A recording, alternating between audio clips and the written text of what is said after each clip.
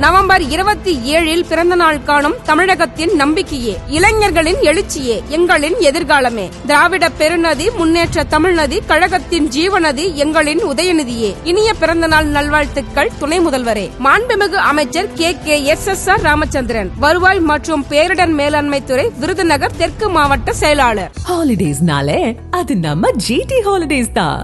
GT Holidays, South India's #1 travel brand. You know you are special when you're with GT Holidays.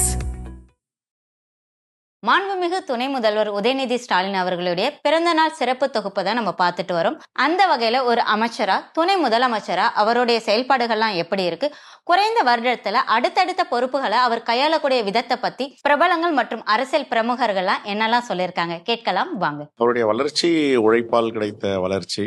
அவருடைய தந்தையை போல், அவருடைய பாட்டனாரை போல் அவர் உழைத்தி கொண்டே இருக்கிறார். எங்கு பார்த்தாலும் சுற்றுப்பயணம் செய்கிறார். மக்களுடைய பிரச்சனையை அணுகி பரிவோடு கேட்கிறார். அவருக்கு எங்களுடைய 47வது பிறந்தநாள் வாழ்த்துக்கள். படிப்படியாக ஒரு நடிகராக இருந்து திரைப்படத்துறையில் வெற்றி பெற்று, திரைப்படத்துறையின் வெற்றியாளராக, தயாரிப்பாளராக, கதாநாயகனாக, நடிகராக நடித்து, பிறகு கட்சியில பொறுப்பெடுத்து அதை செம்மையாக செய்து, பிறகு சட்டமன்ற உறுப்பினர், சட்டமன்ற உறுப்பினருக்கு பிறகு அமைச்சர், அமைச்சருக்கு பிறகு துணை முதலமைச்சர், இப்படி படிப்படியாக அவருடைய உழைப்பால் ஏற்றம் பெற்றிருக்கிறார். இன்னும் அவர் மேலும் ஓங்கி வளர வேண்டும். உதயநிதி ஸ்டாலின் அவர்கள் துணை முதலமைச்சரா பதவியேற்று அவருடைய செயல்பாடுகள் எப்படி இருக்கு சார்? அதை பத்தி நீங்க என்ன நினைக்கிறீங்க? அவருடைய செயல்பாடு மிக சிறப்பாக இருக்கும் என்கிற நம்பிக்கையில் தான் முதலமைச்சர் ஒரு துணை முதலமைச்சரை நியமனம் செய்திருக்கிறார். செய்தது மட்டுமல்ல, அவருக்கு வைத்த தேர்வில் 100% தேர்வாகி இருக்கிறார் என்றும் அவரை பாராட்டி சொல்லியிருக்கிறார். இந்த அடிப்படையில் சிறப்பாக செயல்படக்கூடியவர் தான். அந்த அடிப்படையில் தான் அவருக்கு அந்த பொறுப்பு வழங்கப்பட்டிருக்கிறது. சிறப்பாக செயல்படுவார். தொண்டராகவும் எம்எல்ஏவாகவும் அடுத்த அமைச்சராகவும் இப்போ துணை முதலமைச்சராக இருக்காரு. அவருடைய வளர்ச்சியை பற்றி நீங்கள் என்ன நினைக்கிறீங்க? பொதுவாக வளர்ச்சி அப்படிங்கிற பொழுது தொடக்க காலத்திலிருந்தே அவர் திமுக குடும்பத்தை சேர்ந்தவர். கலைஞர், ஸ்டாலின், இப்படி ஒரு பாரம்பரியமான குடும்பத்தை சேர்ந்தவர். சின்ன வயதிலிருந்தே பொதுவாக திரைப்படத்துறையில் அவர் இயங்கிக்கிட்டு இருந்தாலும் கட்சி பணியிலையும் தொடர்ந்து ஈடுபட்டார். அந்த அடிப்படையில் தான் அவருக்கு இளைஞரணி பொறுப்பு கொடுத்து மிக சிறப்பாக செயல்பட்டார். அவர் சட்டமன்ற தேர்தலில் சட்டமன்ற வேட்பாளராக நிறுத்தப்பட்டார், வெற்றியும் பெற்றார். அவர் நாடாளுமன்ற தேர்தலில், சட்டமன்ற தேர்தலில், உள்ளாட்சி தேர்தலில், இந்த தேர்தலெல்லாம் அவருடைய பிரச்சாரமும் மிகப்பெரிய பங்களிப்பை செய்திருக்கிறது. அந்த அடிப்படையில் தான் இன்றைக்கு துணை முதலமைச்சர் என்கிற முறையில் அவர் வளர்ந்திருக்கிறார். அந்த வளர்ச்சி என்பது படிப்படியான வளர்ச்சி, பாராட்டத்தக்க வளர்ச்சி. கலைஞர் அவர்கள், MK ஸ்டாலின் அவர்கள், அதற்கப்புறமா உதயநிதி அவர்கள். ஸோ இப்போ எல்லாருமே அவங்கள கம்பேர் பண்ண ஆரம்பிச்சிட்டாங்க. கலைஞர் அவர்களுடைய பணியில் அதை தொடர்ந்து செய்வாரா உதயநிதி அவர்கள் அப்படிங்கிற மாதிரியும் பேசிட்டு இருக்காங்க. கடுமையாக கட்சிக்கு உழைச்சிக்கிட்டு இருக்காரா? என்ன மாதிரியான செயல் திட்டங்களை பண்ணிட்டு இருக்காரு? அவர் கடுமையாக உழைச்சிக்கிட்டு இருக்காருங்கிற முறையில் தான் அந்த பொறுப்புகள் அவருக்கு படிப்படியாக பல பொறுப்புகள் வழங்கப்பட்டது. இப்போ சட்டமன்ற தேர்தலில் அவர் வேட்பாளர் நிறுத்தினது, இளைஞரணிக்கு அவர் செயலாளர் ஆக்கினது என்பது அவருடைய திறமையை அங்கீகரிக்கிற முறையில் தான் அந்த கட்சி அவருக்கு வழங்கியிருக்கிறது. அந்த அடிப்படையில் அந்த கட்சி தான் முடிவு செய்யணும். இன்னொரு கட்சி அதை முடிவு செய்ய முடியாது. அந்தந்த கட்சியில் உள்ள தொண்டர்கள் எவ்வாறு செயல்படுகிறார்கள் என்பதை கண்காணித்து, கவனித்து, திறமையை அறிந்து இதனை இவன் செய்வான் என்பதற்கு ஏற்ப அந்த பொறுப்பு அவருக்கு வழங்கப்பட்டு இருக்கிறது.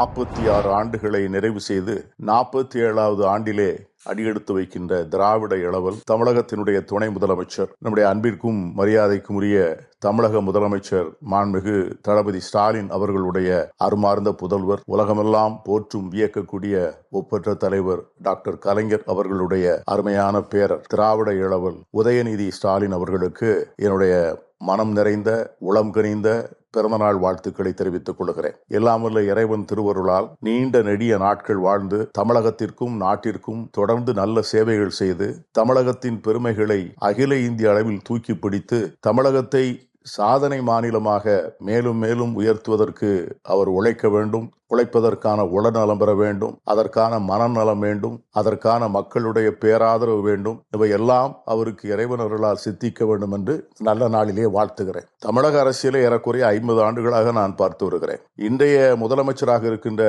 மரியாதைக்குரிய தளபதி ஸ்டாலின் அவர்கள் துணை முதலமைச்சராக பொறுப்பேற்கின்ற நாட்களிலே சட்டமன்றத்திலே அவரை துணை முதலமைச்சராக பார்ப்பதற்குரிய வாய்ப்பையும், கலைஞர் அவர்களுடைய காலடி நிழலில் அவர் சொல்லித்தந்த வரலாற்று பாடங்கள் மட்டுமல்ல, அரசாங்கத்தை நடத்துகின்ற நிர்வாக பாடங்கள் மட்டுமல்ல, மனித உறவுகளை எப்படி பேணி வளர்க்க வேண்டும் என்கிற அடிப்படையான பாடங்களிலிருந்து அத்தனை விதமான பாடங்களையும் பெற்று தேரக்கூடிய வகையிலே ஒரு 50 ஆண்டு காலம் அவர் கலைஞரினுடைய தலைமையிலே பயிற்சி பெறக்கூடிய ஒரு பெரிய வாய்ப்பை பெற்றிருந்தார். இன்னைக்கு தளபதி ஸ்டாலின் அவர்கள் முதலமைச்சராக இருக்கின்ற போது திராவிட இயக்கத்தினுடைய அடுத்த பரிணாமமாக, அடுத்த கட்ட நகர்வுக்கு தேவைப்படுகின்ற ஒரு தலைவராக இன்று உதயநிதி அடையாளப்படுத்தப்பட்டு அதற்கான பணிகளிலே நெறிப்படுத்தப்பட்டு அந்த பணியை துவக்கி செய்கின்ற அந்த பெருமையை பார்த்து உள்ளபடியே இந்த தமிழக அரசியலை உற்று பார்த்தவங்கிற முறையிலே பெருமைப்படுகிறேன், மகிழ்ச்சி அடைகிறேன்.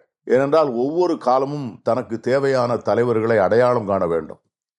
எல்லா தலைவர்களும் ஒரு காலத்திலே வருகிறார்கள், மக்கள் ஆதரவை பெறுகிறார்கள், மக்களுக்கு சேவை செய்கிறார்கள். மங்கும் காலம் வருகின்ற போது பெருமையோடு அவர்கள் செய்த பணிகளை விட்டு விடைபெறுகிறார்கள். அந்த பணிகள் தொடர்ந்து நடைபெற வேண்டும் என்று சொன்னால் அவர்கள் வாழும் காலத்திலே அடுத்த கட்ட தலைவர்கள் அடையாளம் காணப்பட வேண்டும். அந்த கொள்கை நெறி அவர்கள் ஏற்றுக்கொண்டிருக்கிற லட்சிய வேட்கையிலே வளர்கின்ற தலைமுறையும் பயிற்றுவிக்கப்பட வேண்டும். அதன் மூலமாக அவர்கள் அறம் சார்ந்த அரசியலுக்கு அழைத்து வரப்படுவதோடு மட்டுமல்லாமல் அடுத்த 3-4 தலைமுறைகளுக்கு இந்த தமிழகத்தை வழிநடத்தி செல்லக்கூடிய அருமையான தலைவர்களாக அடையாளம் காணப்படுகின்ற சூழல் ஒவ்வொரு இயக்கத்திற்கும் வர வேண்டும். அந்த வகையில தான் இன்று திராவிட இயக்கம் தலைவர் கலைஞர் அவர்கள் எப்படி ஒரு அருமையான மாண்பையும் ஒரு பெரிய பாரம்பரியத்தையும் ஒரு மிகப்பெரிய மக்கள் செல்வாக்கையும் திராவிட முன்னேற்ற கழகத்திற்கு தந்து அவற்றையெல்லாம் எப்படி தளபதி அவர்களிடம் ஒப்படைத்து சென்றாரோ, அதை போல இன்று தளபதி அவர்கள் அதை மேலும் செழுமைப்படுத்தி அந்த இயக்கத்தை மேலும் நெறிப்படுத்தி அடுத்த கட்ட நகர்வுக்காக வரப்போகிற தலைமை வரப்போகிற தலைமுறை எந்த விதமான மாற்றங்களை உற்று நோக்குகிறதோ விரும்புகிறதோ அந்த மாற்றங்களுக்கு வழிநடத்தி செல்லக்கூடிய அடுத்த தலைமையை அடையாளம் கண்டிருக்கிறார். ஆகவே அதை அவர் மிக விருப்பத்தோடு ஏற்று அதை பணிபுரிகின்ற போது அவருடைய உழைப்பை கண்டு நான் வியந்து போகிறேன்.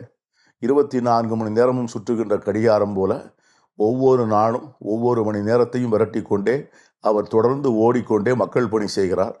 கடும் மழையாக இருந்தாலும் சரி, நீண்ட தூர பயணமாக இருந்தாலும் சரி, தேர்தல் காலங்களிலே பிரச்சாரமாக இருந்தாலும் சரி, தந்தைக்கு தனையன் சளைத்தவரல்ல என்று சொல்லக்கூடிய அளவிற்கு இவர் சரியான தேர்வுதான் என்று எல்லோரும் ஏற்றுக்கொள்ளக்கூடிய அளவிற்கு அருமையாக பணியாற்றுகிறார்.